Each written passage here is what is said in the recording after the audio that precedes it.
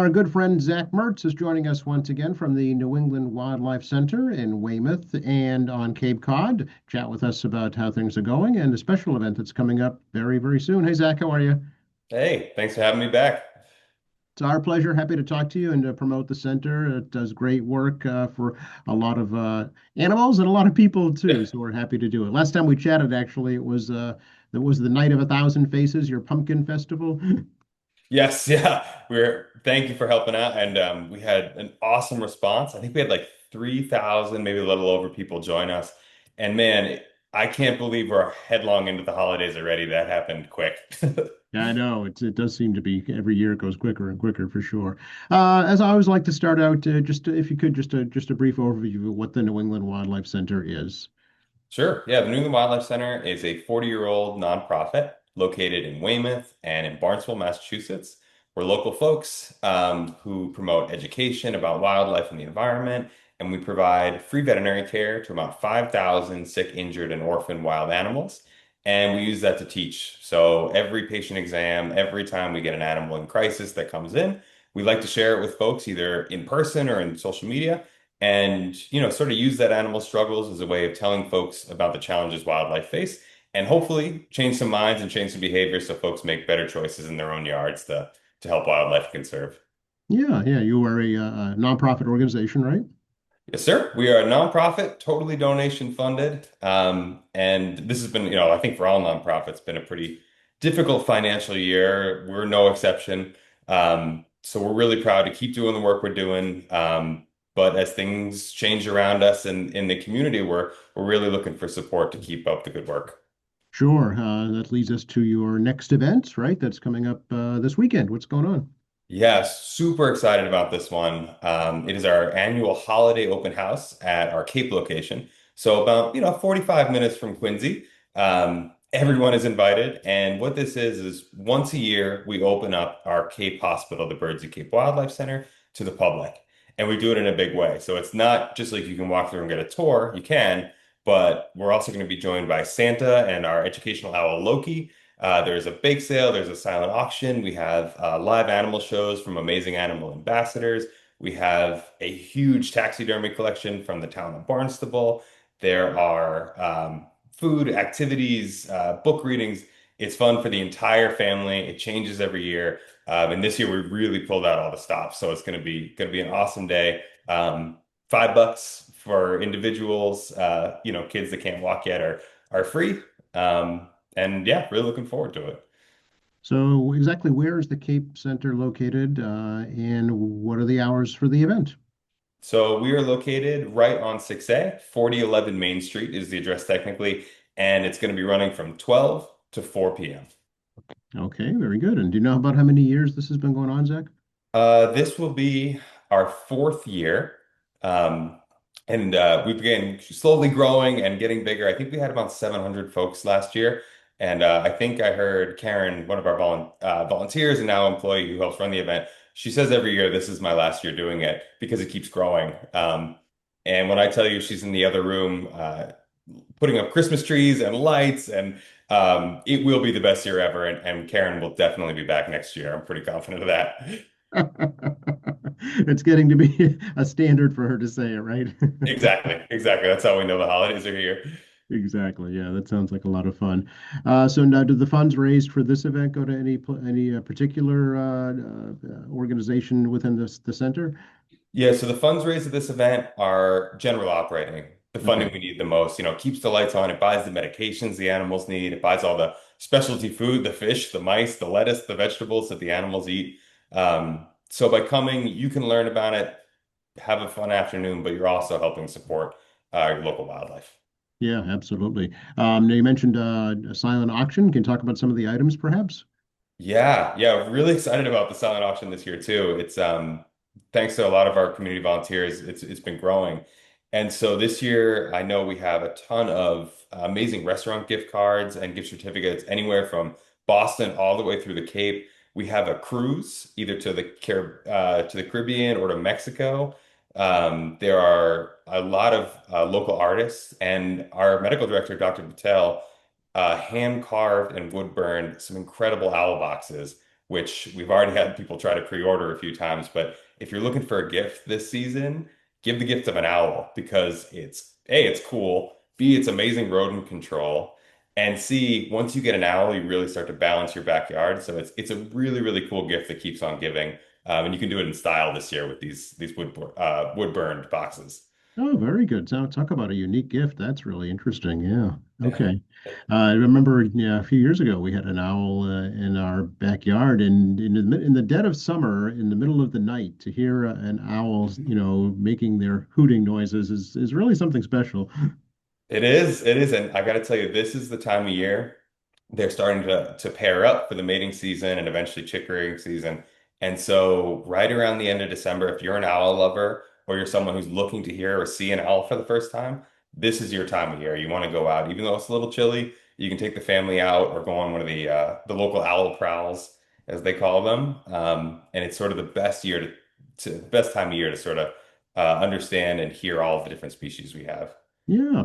So tell me a little bit about I know kids love to see animal presentations. Can you give us any particulars about what folks will see on Saturday? Absolutely. So our educational owls will be out in full force. So we have Thor, who is a great horned owl. He's a big fella. Loki is probably the most famous one down here. She's been with us for 6 years now. She's the one-eyed little screech owl, and she's amazing. She's just really charismatic, and she's excited to see everybody. And then this year we have a new addition. His name is Gooby. He is a barn owl, which are usually pretty rare in Massachusetts. We had rescued him last year. He was in a horse barn. He got stepped on by a horse, broke his leg, and our vet team did surgery to repair his leg. It healed. He's doing well, but it healed crooked. And so, after a lot of back and forth and trying to figure out the best thing, it became clear that he could live a good life, but probably wouldn't survive in the wild. So, we've kept him, but this will sort of be his big debut at the holiday open house. So, if you're a fan, you can meet him for the first time. And then Amazing Animal Ambassadors will be on site too for a show at 2 o'clock. And they have probably 40 different species, everything from skunks and opossums to I think raven, owls, you name it. They always bring the crowd with them. Oh, okay. So 2 p.m. for that. That's good to know. So the event runs from noon to 4. I mean, do you have to be there for the whole 4 hours, Zach, or how does it Nope. actually work? No. This is a free explore event. You can come in, see things, enjoy. Well, I should say we'll have a campfire and s'mores station going all day too, with some book readings for the kids. So you can pop in as you like, stay as long as you want, and enjoy. Okay, great. And logistically, in terms of how folks park and accessing the center, how does that all work? Yeah, so if you have longer driveway, 4011 Main Street in Barnstable, you can pull right in. We'll have some folks helping people park right on site. A short walk, and we'll have a few handicap spots available for anyone who needs them. Okay, very good. And the center's handicap accessible? Yes, yep. Excellent. Okay. Anything else we should let folks know about right now? We have, I will share, we've been getting a lot of requests for a recent story that was pretty interesting for us, which is Charles the alligator. And he was he was found in the Charles River. It was an interesting story, and I just figured I'd share just because I would say daily I probably get 10 people asking me how Charles is doing. Oh, yeah, please So do tell us. Yeah. the short version of his backstory was a lady was walking to work and she was downtown walking along the Charles River like she did every morning. I think she was a research assistant going to her lab, and she thought she saw an alligator in the Charles. And being a sane person, I think she was kind of like, "Well, that can't be. I must have misseen it." She doubled back, and she was right. It was an alligator. Um, and so we don't know what happened, but our best guess is somebody probably had it as a pet or took it from down south, realized maybe keeping an alligator in their apartment wasn't the best choice, and they released it into the river. And so luckily it wasn't a huge alligator. It was, 2 years old, maybe a foot long. Um, and so he was found by a gentleman named Joe Kenny, of Joe's Crazy Critters over in Abington. The problem was it had gotten so cold out that the alligator contracted a cold or a respiratory infection. And so he brought him to us for vet care. Our vet team looked him over. Charles is doing awesome right now. He's about 3 weeks into his 4-week treatment. So everything's looking good. He's breathing well, and all signs point to him getting healthy. And he'll stay with Joe Kenny of Joe's Crazy Critters for the foreseeable future. Um, And eventually, maybe if he gets to be a 300 pound alligator, which could happen, he may find a permanent home in a sanctuary. But for the moment, he's living a good life and will be kept as an educational animal. Wow. All right. A New England alligator. Not native to this area, right? Where are they native to? Yeah, these guys definitely don't come this far north, as evidenced by our cold weather bout this week. They'll come maybe as far north as like the Carolinas. He's an American alligator, so you think Florida. This is exactly the type you'd be seeing down there. And yeah, they can handle a little bit of cold weather, a snap here or two, but you get them consistent few months of temps under 50 degrees, and they get into trouble. So this poor guy is going to need some heat support, and lucky to be living inside now. Um, and one thing we always like to say, because while we don't get a lot of alligators, we do get a lot of pet turtles that are released or pet snakes that are released. Reptiles live a long time and they make great pets, but if you're gonna make that commitment, you got to think, do I still want a turtle in 10 years? Do my kids want a turtle? Do my grandkids want a turtle? Because some of them can live, to 100 years old. And so if you're going to take on the responsibility of a pet, just make sure it's something you can take on for the long haul. And, in some cases, have plans if you pass away for where that turtle can go and who's can take care of them. Yeah, so we see the cold stunning of the sea turtles every fall down on the Cape. So they cannot handle our weather in the winter. Yeah. Yep, exactly. Yeah, it's a hard life as a reptile. Yeah. Yeah, yeah. Speaking of native animals, Zach, what concerns going into the winter do you have at the Wildlife Center? Yeah, so we're in storm season now. So anytime we start to see nor'easters or even strong coastal winds, um, we batten down the hatches here. We get all of our seabird cages ready. Just knowing that you're going to get these migrating birds that are coming down from the Arctic and points north, coming to their summer destination, which is kind of crazy if you think about people coming to New England for the winter, but they do. And they're rafting in huge groups. So you think of like dovekies or gannets, there can be groups of over 1,000 birds in one area, and you get hit by these strong winds and currents, and they can all get pushed up on the beach at once. Hmm. So we're always on the lookout, and we're always asking folks, hey, if there's a storm and you're brave, if you want to go walk the beaches in Quincy, or you want to walk the beaches in Hull or any of our coastal towns, um, keep an eye out for seabirds because if you can get them quickly, they do much better. Um, and then the other winter holiday story we get, which is a little silly, but we see it every year, is we're in owl season. And this time of year, invariably, we always get an owl or two that comes down a chimney or sneaks into someone's house, a bit like Santa, but generally with different motives. And so what happens is you get these, say, screech owls. We have one in the hospital right now. Was probably looking for a warm place to maybe think about start building a nest.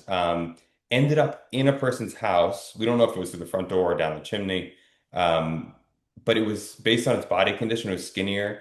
It was likely there for several days before the family even realized it was there.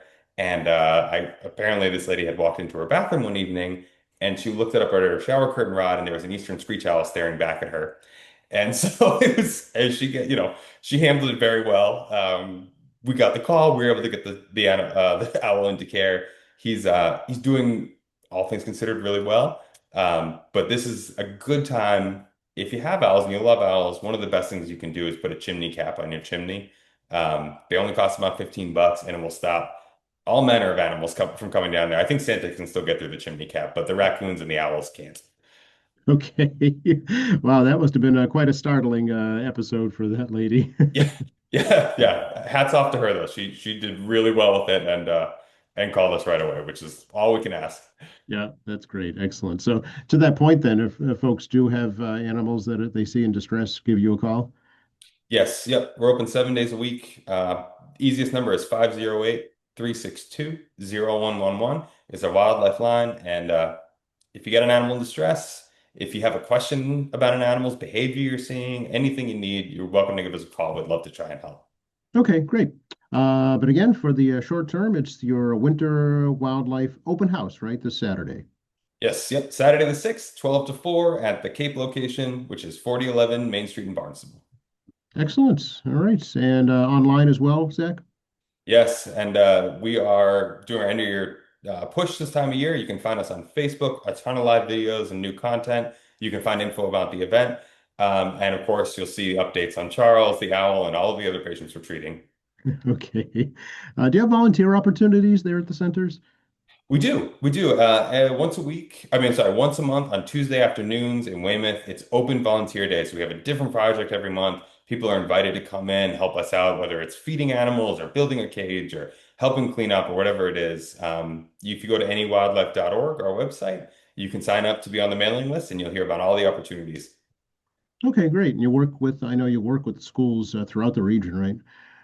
Yes, yeah, this has been really proud. This is our busiest education year ever. We're, I think, probably 100 classes in school we've done. Some of those are five-session programs, some of those are Mm. one-offs, but the team's been really busy. And I should say too, if you're a teacher or you have a kid in K through 12 school that you're interested in a program, please reach out. We're always looking to get into new districts, and we love teaching adults. But come on, if you're gonna change a mind or inspire someone to be a conservationist when they're in middle school or younger, that's the time. I know that's when I got hooked, and many of the folks that work here, someone came into their classroom with an animal at one point, and that was it. It was all over for us, and we knew it was going to be a lifelong thing. So that's what we're trying to do. Sure, sure. And of course, the best way to teach adults is to teach their kids. That's exactly right. That's exactly right. You'll be open up soon. The holiday vacation time is coming up soon, so I'm sure you'll be open during the vacation weeks as well. Absolutely. Yeah. Keep an eye on our social media, which is just New England Wildlife Centers on all platforms. We'll be announcing all of the holiday break events that we have going on, a bunch of free programs. If you're looking to, spend some time with the kids, grandkids, friends, it's an awesome opportunity to come in and sort of bond over protecting the natural world. Great, great. Thanks so much, Zach. Great to talk to you. Always good to catch up. Thank you so much. Happy Yeah. holidays. Same to you. Bye bye.